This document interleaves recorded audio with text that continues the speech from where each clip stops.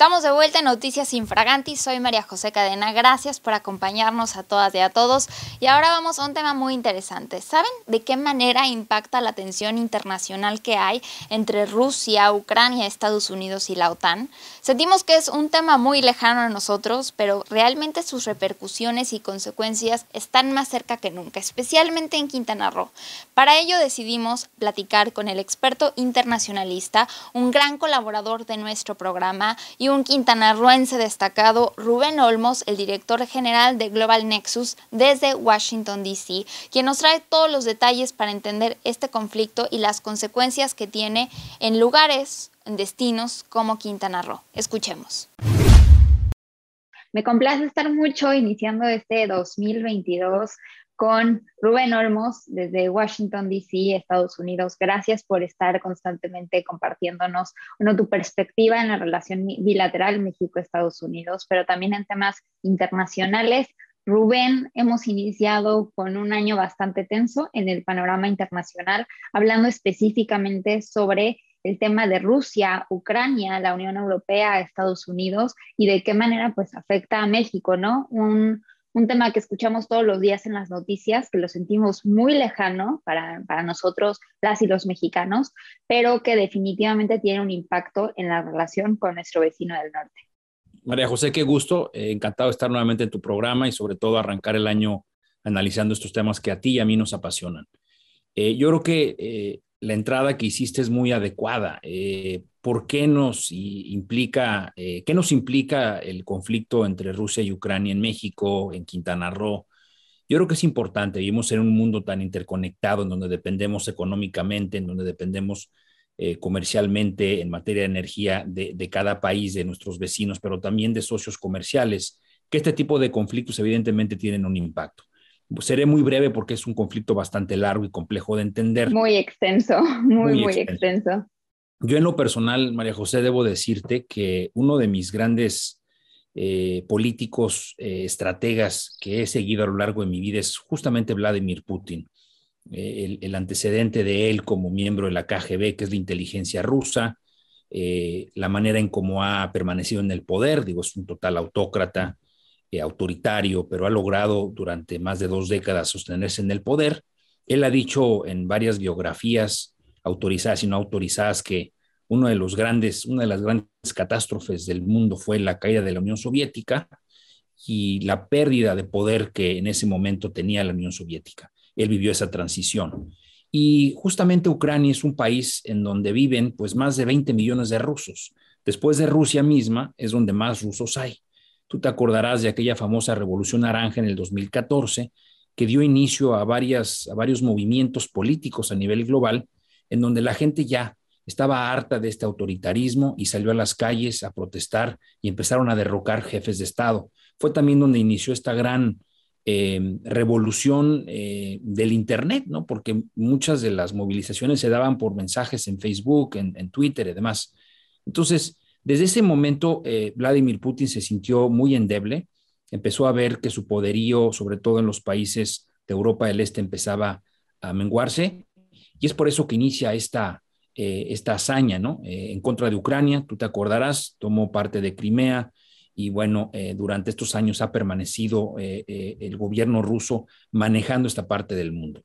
Inició, y con esto concluye esta primera etapa, inició un intento de Ucrania de unirse a la OTAN, que es un bloque de países de Europa que trabajan entre sí en materia de seguridad y en materia militar. Esto le hizo muchísimo ruido a Moscú y es por eso que Vladimir Putin inició a movilizar tropas a la frontera con Ucrania.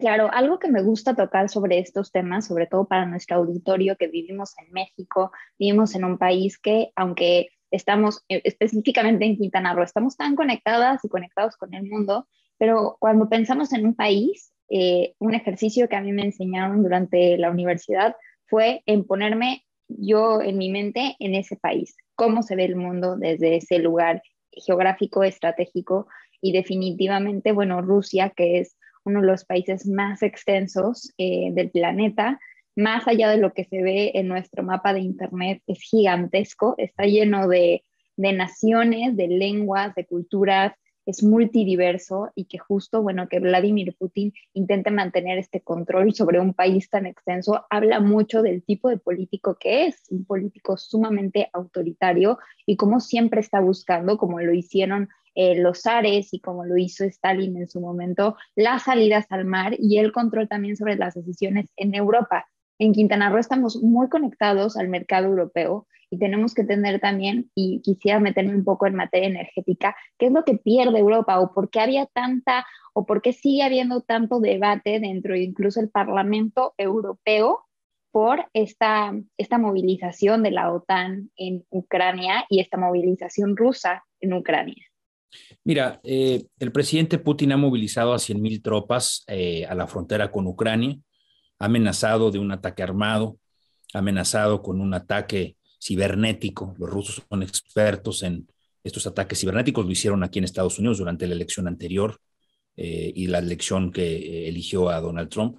Ahorita podemos hablar de ese tema, pero no hay que olvidar que el 40% del gas y del petróleo que recibe Europa viene justamente de Rusia. Rusia es un país sumamente rico en gas y en petróleo. ¿Qué pasaría en dado caso de que Estados Unidos sale adelante con las imposiciones y las sanciones económicas? Si Rusia ataca, un conflicto armado en este momento para Joe Biden sería muy difícil, debido de la salida tan abrupta que se tuvo de Afganistán. Una guerra en este momento para el mundo sería catastrófica. Se prevé que más de 50,000 civiles pudieran ser asesinados a través de estos ataques armados. A nadie le conviene una guerra. Sería un conflicto armado que no hemos visto desde la Segunda Guerra Mundial. Es decir, sería algo dramático. Si en un momento dado Putin agarra y ataca, como lo ha dicho, entonces pues Estados Unidos va a meter sanciones y en ese momento automáticamente Alemania, justamente estuvo el premier alemán el lunes aquí en Washington negociando con Joe Biden la parte diplomática y viendo cuáles son los efectos. Lo que haría Washington, lo que haría Europa es sancionar a Rusia comercialmente, económicamente. ¿Y qué hace Rusia? Pues cierra las válvulas y deja de abastecer petróleo y gas a Europa. Y evidentemente esto ¿qué hace? Pues eleva los precios. Entonces, el ciudadano alemán, el inglés, el español, María José, que quiere visitar las playas del Caribe mexicano, pues quizá ya no lo vaya a hacer este año. ¿Por qué? Pues que los precios del petróleo, de la energía se van para arriba. Entonces, pues no hay dinero.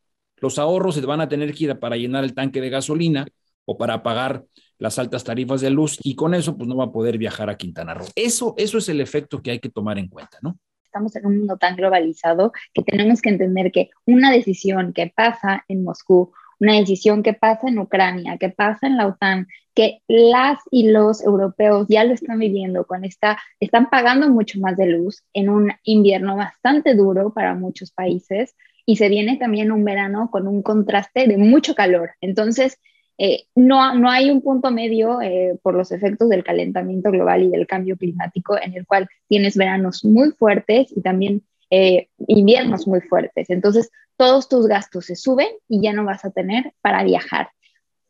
Algo que me llama la atención, esta visita del canciller alemán, ¿hay algún tipo de coincidencia que Vladimir Putin decida utilizar estas estrategias ante la salida de Angela Merkel de Alemania? Y también, ¿no será alguna manera de estirar la liga con el presidente estadounidense a ver hasta dónde llega? O sea, un poco de tensión, estilo la Guerra Fría, en la cual pues no había un ataque directo, pero se ejercían presiones económicas, militares, energéticas, a tal grado de que estiras la liga hasta que el mandatario, en este caso Joe Biden, cede o se llega a un acuerdo mutuo.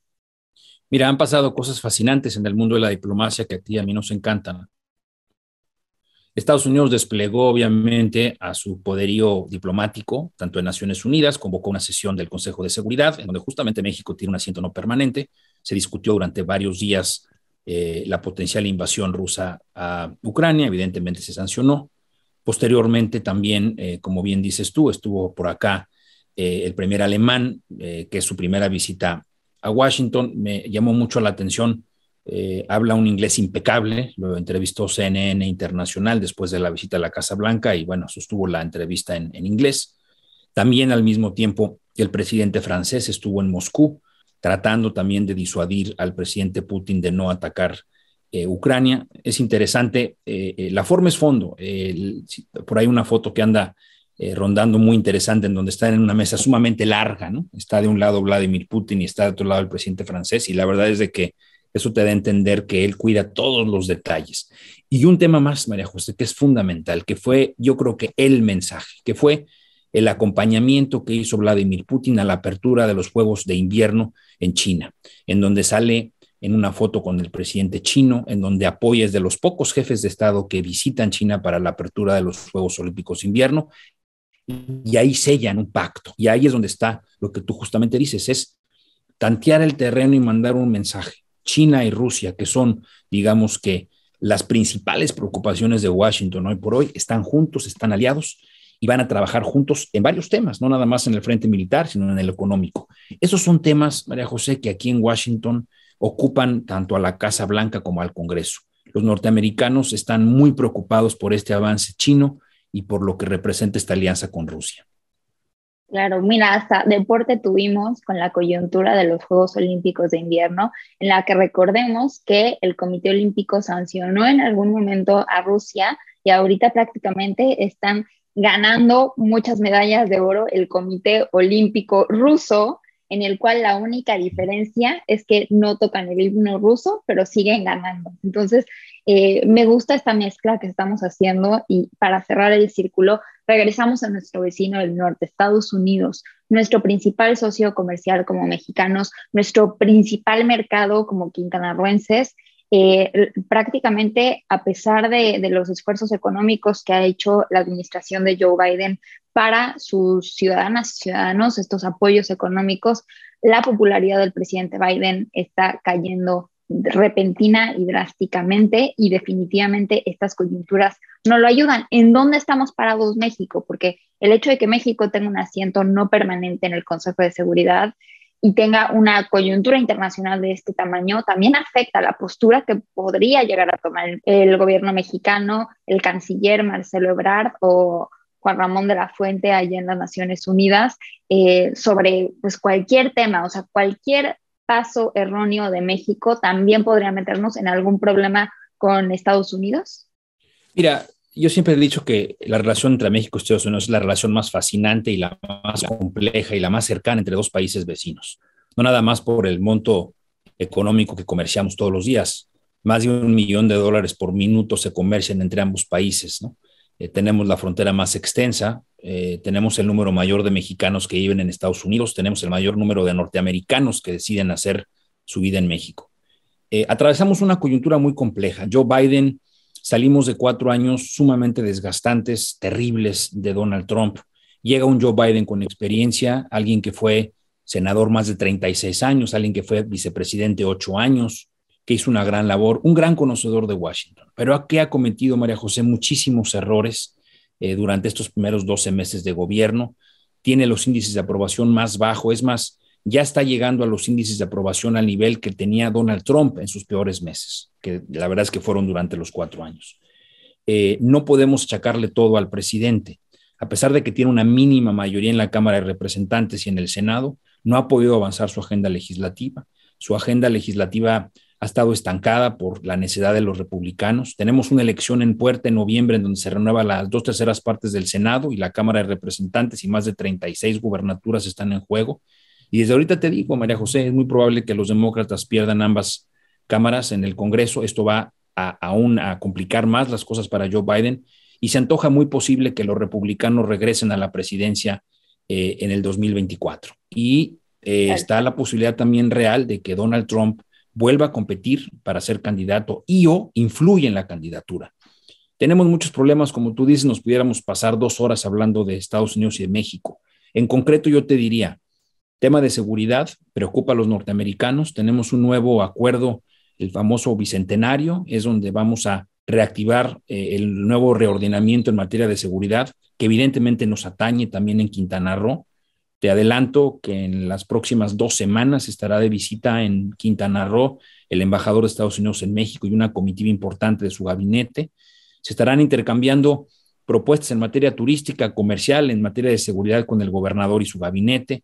Tendremos también una reunión interesante con gobernadores del sureste mexicano y el embajador que va a encabezar el gobernador Carlos Joaquín. Entonces, se están haciendo muchas cosas. Y el número 2, que es el tema energético, el tema renovable que tú tocabas al principio de la entrevista. Estamos atravesando una situación compleja. Estados Unidos no está a favor de la reforma eléctrica del presidente López Obrador.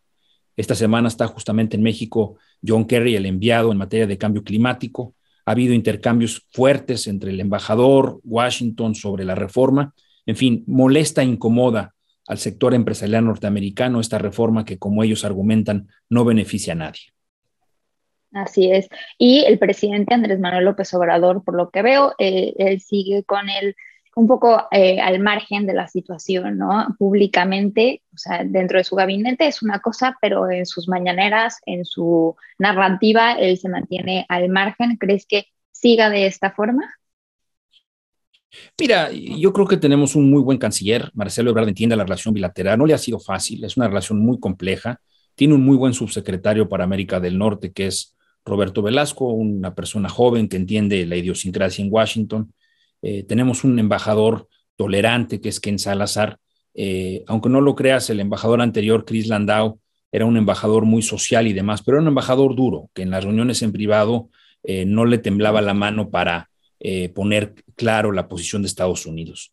El presidente López Obrador entiende que la relación con Estados Unidos es clave y no se va a pelear con Joe Biden, no se va a pelear con el gobierno de Estados Unidos. La retórica va a continuar. Esa retórica le conviene al presidente porque hay muchos seguidores de él que son recalcitrantes anti Estados Unidos y a ellos les apela diciendo que no se va a dejar entrometer. Y por otro lado, pues sabe que la relación comercial es fundamental y tampoco se va a pelear con los empresarios norteamericanos.